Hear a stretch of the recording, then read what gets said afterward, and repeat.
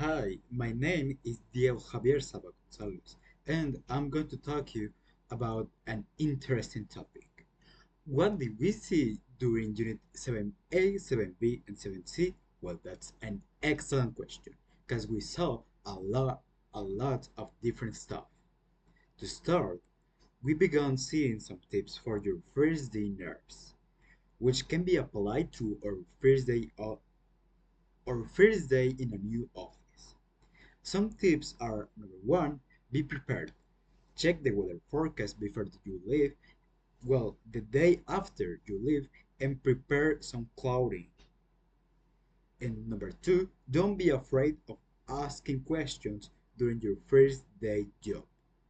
Then, during Unit 7A, we learn about the uses of the infinitive. The rules to use infinitive are number one, after some verbs. For example, you need to be on time. Number two, after adjectives. For example, it would be nice to meet new people.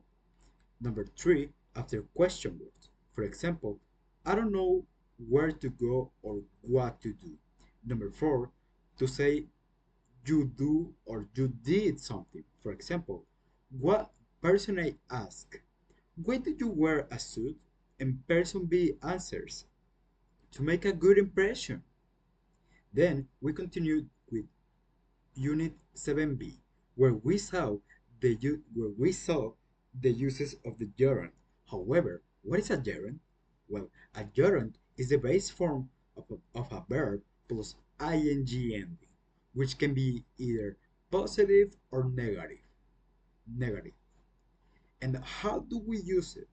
Well, it can be used as first as a noun, as a subject, or the objective of a sentence.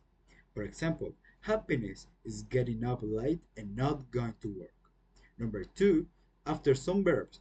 For example, I love having my breakfast in bed. Number three, after prepositions. For example, I'm thinking about buying a new car. Then, during Unit 7C, we learned about the uses of have to, don't have to, must not, and can't. Starting with the have to, I may say that we have we use have to plus verb in base form to talk about rules and obligations. We use don't have to plus verb in base form to say that there is no obligation. We use do or does to make questions and negatives. We don't contract have or has. And now talking about must not, and can't, we use must plus verb in base form to talk about rules and obligations.